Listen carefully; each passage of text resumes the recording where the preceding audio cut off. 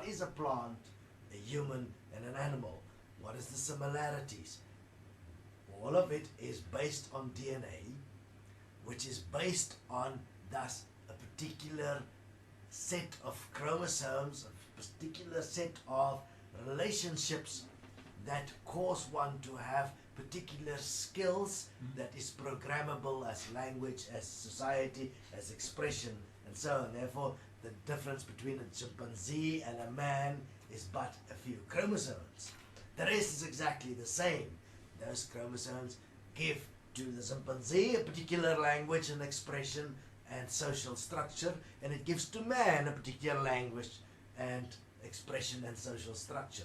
But in essence, within the context of its existence, within the context of its program, it is what it is. And it can only evolve to a certain point.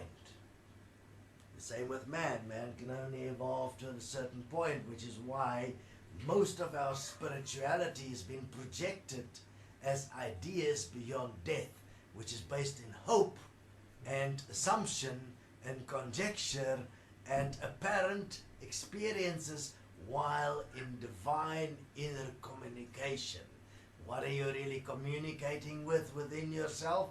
You're communicating with that part that you hope to become, that then creates an idea of divinity or God, within which one then attempt to exist as an example to society. What you perceive would be God. What you perceive you would want to be. It is not considered that any of that, in fact, do not actually have any impact on improving the lives of beings on earth that is less fortunate. So what has really happened? Let's start to consider it. When you as a child is born, in your first 7 years, you are getting your basic programming, your cognitive skills, your language skills, your social skills, your basic body functional skills, eating skills, sleeping, your relationship with your family and your immediate environment. Then it expands to your education, where your education will move you into and integrate you into society, so you could become an effective part of the manufacturing industry of our consumerism, where you could create things to be consumed and be effective within it. All of that is part of what you can call your programmed self. From that programmed self, you're then attempting to become an individual. That attempt to become an individual is done through what is called self-reflection. You reflect upon yourself in the relationship to your society, in the relationship to what all your knowledge that is available, and you make a decision who you are according to that. That you call choice or free choice.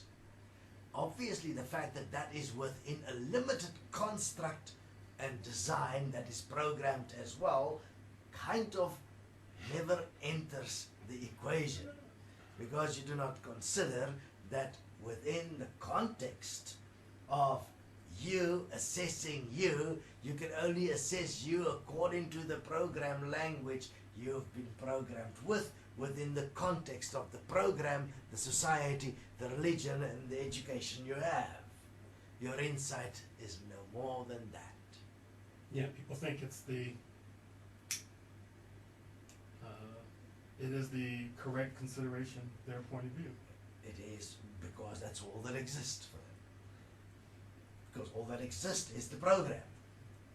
So now, within that, you develop what you would call self-awareness.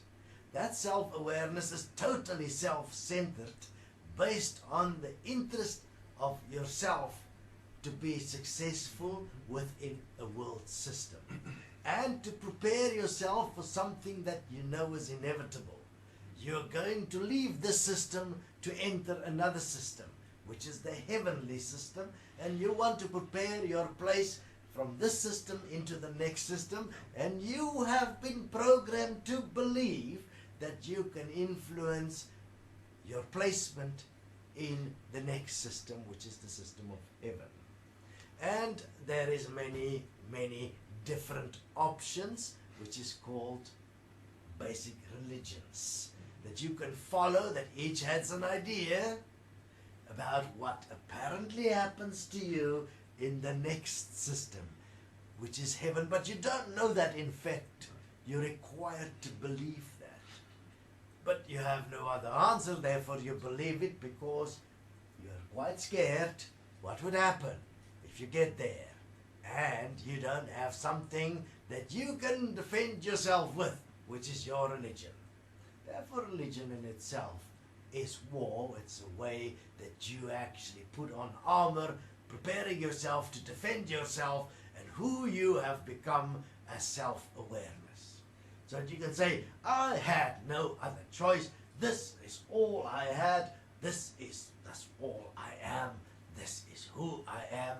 And therefore, I must be recognized as this. Even we attempt to control that in the afterlife. Unfortunately,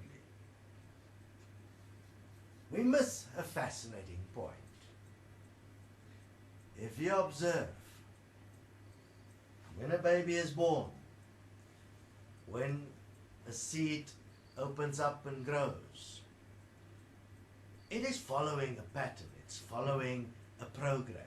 When an animal is born, it follows a program according to its design, according to its DNA. But there is something in it that is equal in everything. It is equal in the grass, it is equal in the air you breathe, it is equal in the animal, it is equal in the human, it is equal in the being that's dead in the afterlife. That equality is life. That equality does not form or follow a program. That equality is the essence of what is here. That equality, that life awareness does not exist within the context of those that are in form and are in spreading the information about what is going on. That is what is the oneness that exists between everything. Not the oneness that is being proliferated as that within spirituality or within a world system or within meditation or within a particular expression of consciousness. Consciousness is simply the attempt of the system to understand itself. It's the attempt of the organic robot as the human trying to understand its point and its purpose within a system. A system within a system attempting to evolve into something. It knows there is something. It knows there must be something more, but it can't find it because it's never really looked.